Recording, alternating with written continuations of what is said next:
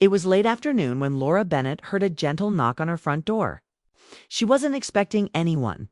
The quietness of her home had become her companion since her daughter Emily returned to college 2 weeks earlier. The house, once filled with laughter and small messes, now echoed with silence. The only sounds were the ticking clock and the faint rustle of autumn leaves outside. Laura didn't mind the quiet, not entirely, but some evenings it reminded her too much of what she had lost. Her husband, David, had passed away 3 years ago after a sudden heart attack.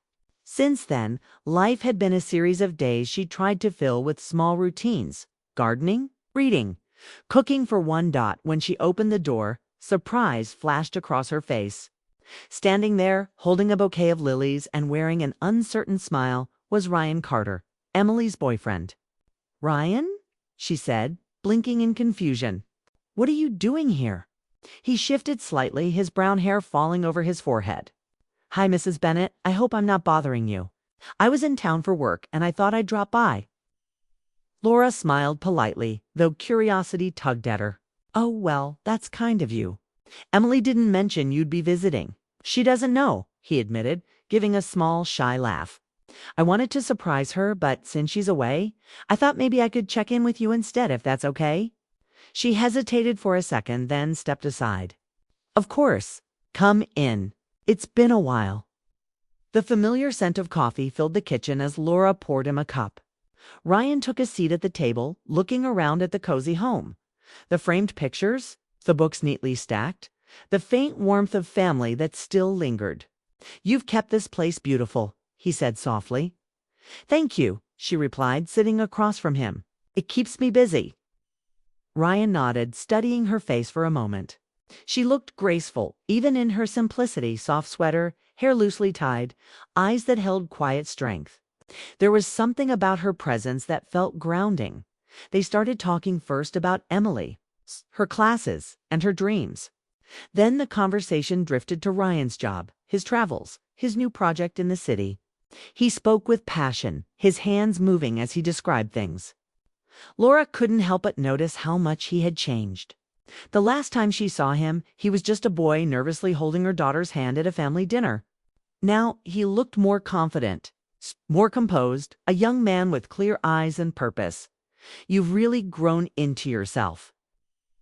"Ryan," she said, smiling faintly, "I remember when you were too shy to look anyone in the eye." He laughed. "Yeah, that's true. I guess time does that. And good people help too." "Emily must be proud," she added. "She is," he said softly, his tone thoughtful. "But honestly, Mrs. Bennett, you were the one who made me feel like I belonged. I never told you this, but back when I first met you, I was terrified. My family wasn't like yours. You welcomed me, made me feel like I was good enough." His words caught her off guard. She blinked, taken aback by his sincerity. "Oh, Ryan, that's very kind of you. I just treated you like anyone else." He shook his head.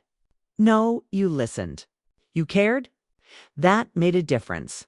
Laura smiled, touched but uncertain why his words stirred her so deeply. Maybe it was because she hadn't heard kindness like that in so long. People had been kind after David's death, yes, but in that distant, polite way. This was different. It felt personal, warm.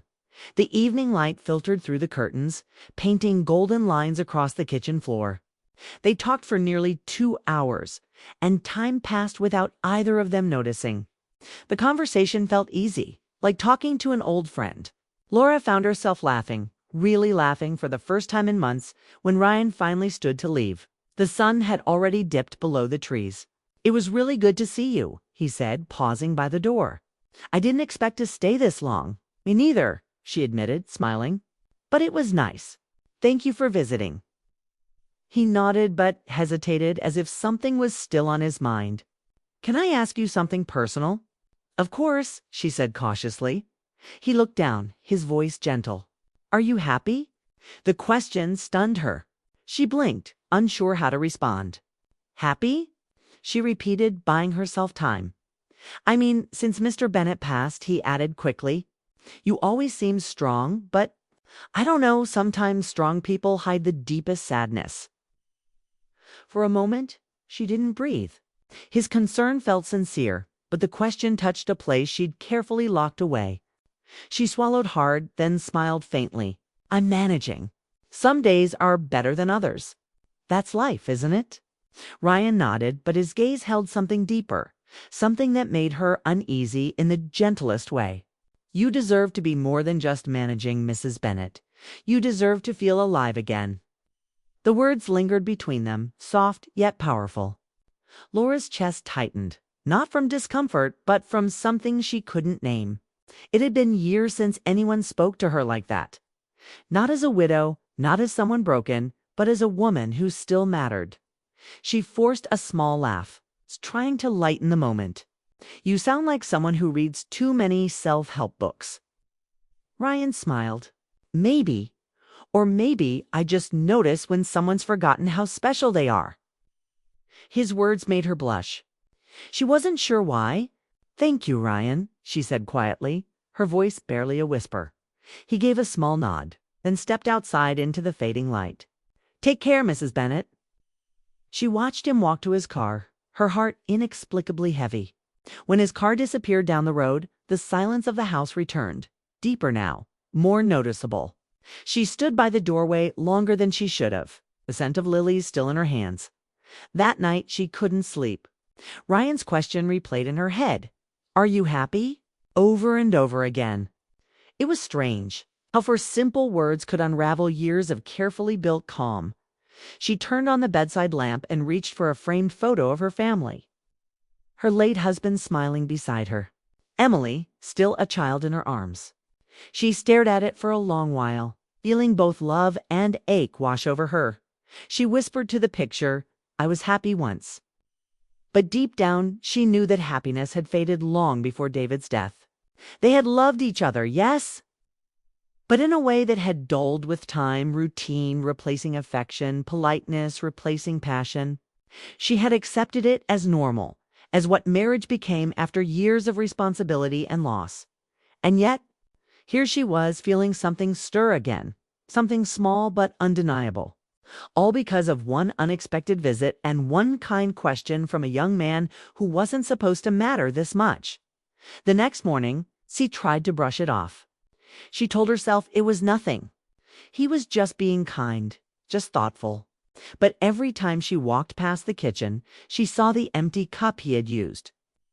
And the memory of their conversation came rushing back. She scolded herself silently. Don't be foolish, Laura. He's Emily's boyfriend.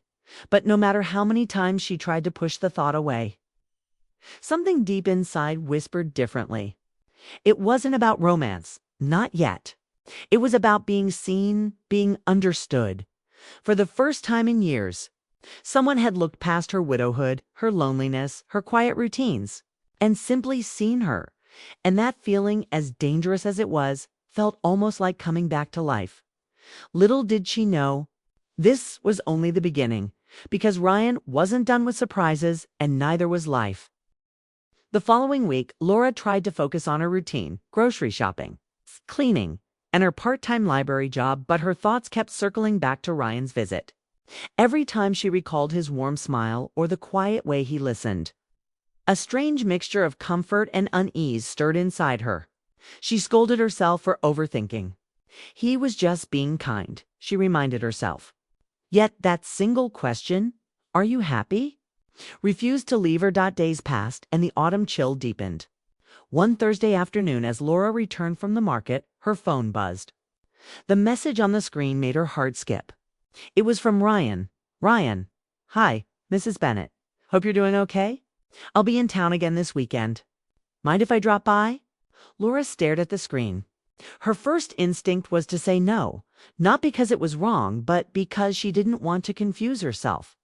But something about the polite tone and his genuine kindness made her hesitate.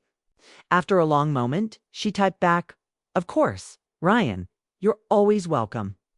Saturday arrived, crisp and golden. Laura made coffee and baked banana bread, just like she used to when Emily brought friends home from school.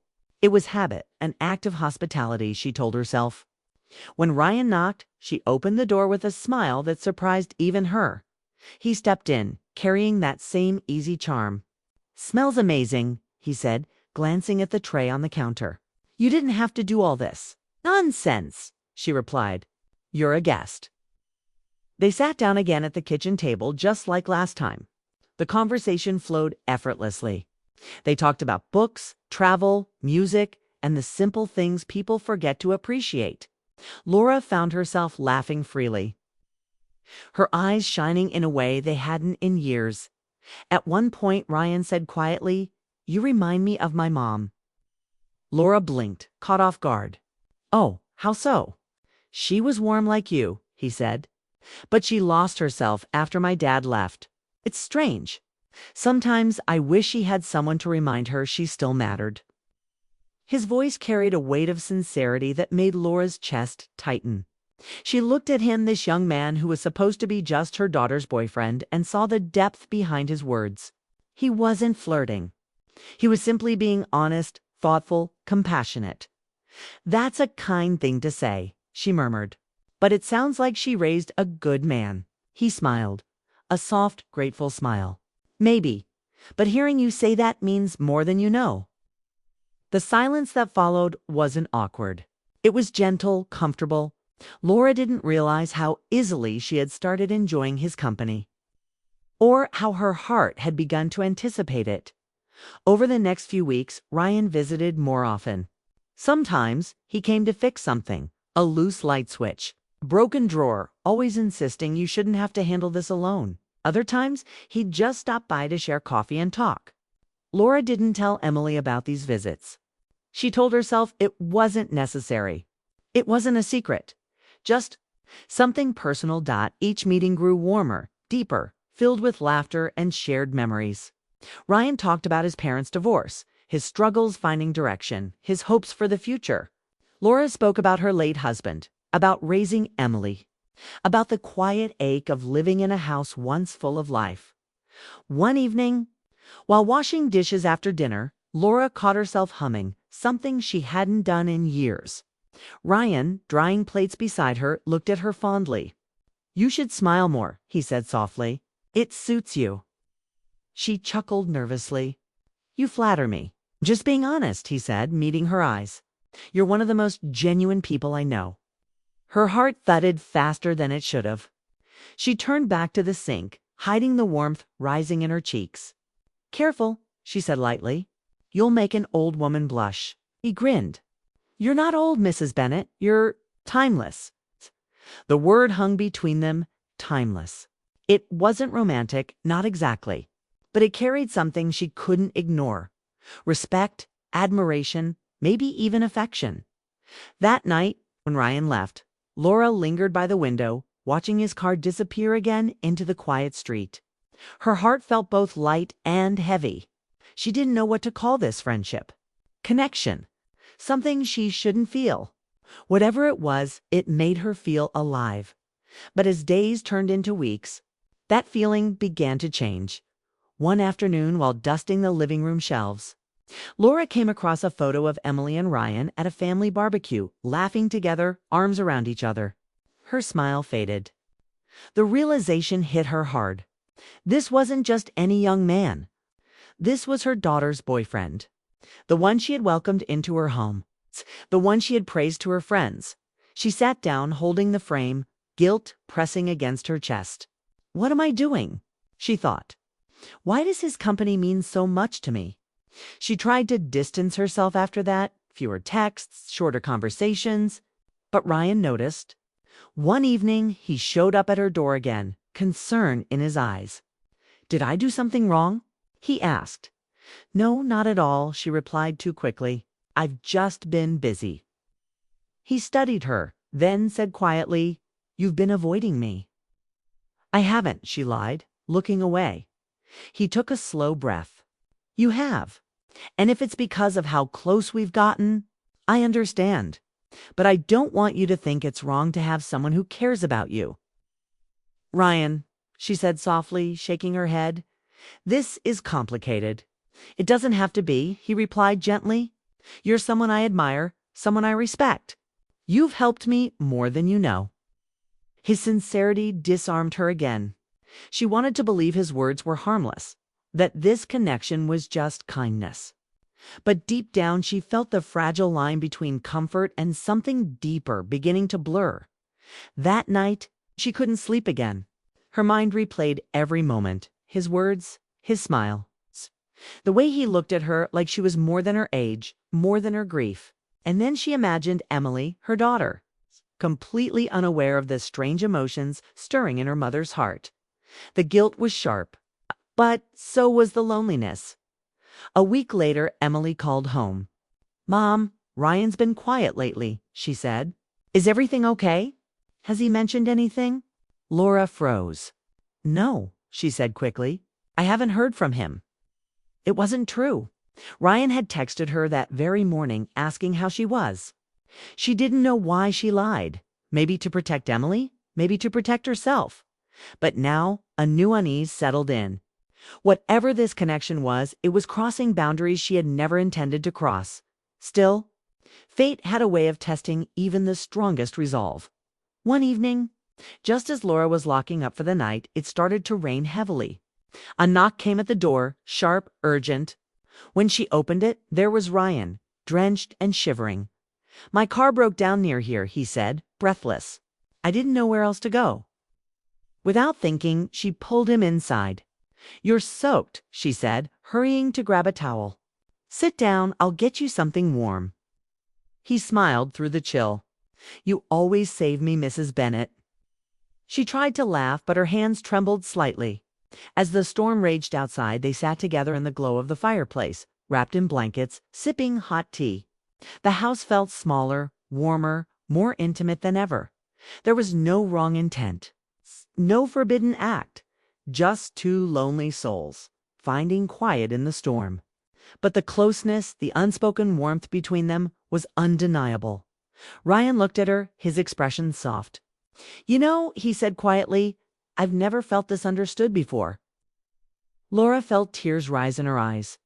"Maybe because we both needed to be heard," she whispered. He nodded. "Maybe?"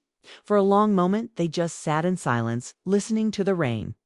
The world outside disappeared, and all that remained was the strange, fragile bond that neither of them knew how to name. When the storm passed, Ryan stood to leave. "Thank you," he said gently, "for everything. I don't know what I'd do without you." Laura managed a small, trembling smile. "Just take care of Emily," she said softly. He paused at the door, rain dripping from his coat. "I will," he promised. "But you take care of yourself, too. You deserve that." As the door closed behind him, Laura pressed a hand to her chest. The ache there was deep, part guilt, part longing, part something she couldn't explain. She knew what was coming next. A choice, because whatever this was, it couldn't stay hidden forever. And soon, someone, maybe Emily, would start asking questions. The next few days felt heavier for Laura. She couldn't escape the feeling that something was about to shift. The quiet in the house, the empty chair by the fireplace, even the lingering scent of rain where Ryan had sat, everything reminded her that what they shared had crossed an invisible line. She had not done anything wrong, yet her heart carried a guilt she could not explain. Then came Sunday morning. Her daughter Emily called to say she was coming home for the weekend. Laura's heart leaped and then sank at once. She was happy, of course, but she also knew that Ryan might show up unannounced again. For the first time, she felt afraid of what that might mean. By Friday evening, the small suburban home was alive again. Emily filled it with laughter and chatter. Her suitcase dropped carelessly near the door. "Mom, I've missed this place so much," she said, hugging Laura tightly. "And I've missed your cooking." Laura smiled, forcing a calm she didn't feel. "It's good to have you home, sweetheart." Later that night, while setting the dinner table, Emily said something that made Laura's breath catch. "Oh, by the way, Ryan's on his way. He said he wanted to surprise you." For a moment, Laura froze, the spoon trembling in her hand. She forced a quick nod. "That's nice," she managed. The knock came just 15 minutes later. When the door opened, there he was, Ryan, in his usual calm presence, holding a small bouquet of lilies. His eyes met Laura's for a brief moment, and she could see the flicker of unease there. They both knew this dinner wasn't going to be easy. Double quotes Mrs. Bennet, he greeted softly, offering the flowers. Thought you might like these? Thank you, she said quietly, taking them. Their hands brushed just for a second, but it was enough to send her heart racing again. The meal began with laughter and light conversation. Emily chatted about her work, about city life, and Ryan chimed in, keeping his tone easy, natural. But every time Laura looked up, she caught him glancing at her quick, fleeting, like a thought he was trying to bury. After dinner, Emily went upstairs to unpack, leaving Laura and Ryan alone in the kitchen. The silence between them was thick. Ryan rubbed the back of his neck, finally speaking. I shouldn't have come tonight, he said quietly. Laura shook her head. You didn't do anything wrong, but this can't keep happening. No, he said. It's just hard to let go of someone who makes you feel seen. His words hit her harder than she expected. She looked at him, really looked, and saw not just a young man, but someone lost, searching for connection just like she had been. Still, she knew the truth. Whatever they shared had no future. It was never meant to be. Ryan, she said softly, you have Emily. She's your future. Don't lose her because of something that was never meant to be more than comfort. He nodded, his jaw tightening, emotion flickering behind his eyes. You're right, he whispered. But that doesn't make it easier. Before Laura could respond, a voice echoed from the stairs. What doesn't make it easier? They both turned. Emily stood there halfway down the steps, her expression unreadable. The silence that followed was unbearable. Laura's heart dropped. She tried to find words, but none came. Emily stepped closer, her eyes shifting between them. What's going on? She asked quietly. Ryan opened his mouth, but Laura stopped him. Nothing's going on, sweetheart, she said quickly, forcing a shaky smile. We were just talking, but Emily's eyes told her she didn't believe it. Mom, she said softly, you're not a good liar. Those words pierced deeper than Laura expected. She sank into a chair, her voice trembling. Emily, please understand. Nothing happened. But we talked. Maybe too much? I should have set boundaries sooner. Ryan looked down, guilt written all over his face. Emily, your mom's telling the truth, he said. She's done nothing wrong. I came here too often. I didn't realize how it might look. Emily's expression softened, confusion mixing with hurt. So, what are you saying? That there's something between you two? Laura shook her head quickly. No, not like that. It was just a friendship that got complicated. I was lonely. Ryan was kind. And somewhere in between, I forgot to be careful. The room went quiet again, the only sound the faint ticking of the clock on the wall. Then, to Laura's surprise, Emily's voice came gentle, not angry. Mom, she said softly, you don't have to explain loneliness to me. I've seen it in you since Dad died. Tears filled Laura's eyes. She hadn't realized her daughter had noticed. Emily sighed, turning to Ryan. And you, she said quietly, you should have known better. But I can tell you didn't mean to hurt anyone. Ryan's eyes glistened. I didn't, he said. I just cared too much in the wrong way. There was no shouting, no anger, only an ache of truth that filled the space between them. Emily's maturity surprised Laura. She had expected pain. Maybe even rejection, but instead there was something else, understanding. After a long pause, Emily spoke again. Ryan, I think you should leave. I need time to think. He nodded slowly. I understand. He looked at Laura one last time, his voice barely above a whisper. Thank you for everything. When the door closed behind him, Laura felt something break, but also something release. The tension that had built over weeks began to fade, replaced by quiet sorrow and relief.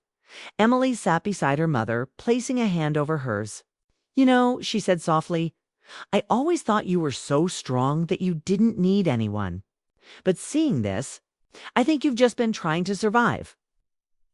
Laura wiped her eyes, her voice trembling. I never meant for any of this to happen. I was just tired of feeling invisible. Kano, Emily whispered. And I don't hate you. but maybe we both need to heal in our own ways." They sat together in silence, the weight between them softening. For the first time in years, Laura felt like her daughter truly saw her, not as just a mother, but as a person, flawed and human. The next few days were quiet. Ryan didn't call and Laura didn't expect him to. Life slowly settled back into rhythm, though something in her had changed. She no longer filled the silence with noise. She let it be. A week later, while watering the garden, she found herself smiling faintly at the memory of the lilies Ryan had brought. They had wilted, but she pressed one between the pages of her journal, not as a token of love, but as a reminder. A reminder that connection, even when complicated, could still teach something important. Months passed. Emily and Ryan eventually drifted apart, not out of anger, but because sometimes people grow in different directions. Emily later told her mom, "I think it's for the best. Ryan's a good person, but maybe not my person." Laura nodded, quietly proud of her daughter's grace. As for her, she started attending community classes again. Art, literature, even gardening. She met new people, laughed more, and learned to fill her life with purpose rather than emptiness. One afternoon, while leaving her art class, she received a message. It was from Ryan. "Ryan, hi, Mrs. Bennett. Hope you're doing well. Just wanted to thank you for helping me become a better man." Laura stared at the message for a long time before typing back a simple reply. "Laura, I'm glad you're doing well. Ryan, take care of yourself." She smiled, slipping her phone back into her bag. There was no lingering pain, no regret, just a quiet acceptance. That night, as she stood by her window, watching the evening sky fade into shades of gold and pink, she whispered to herself, "Some people come into our lives to wake us up, not to stay." And for the first time in years, she felt at peace.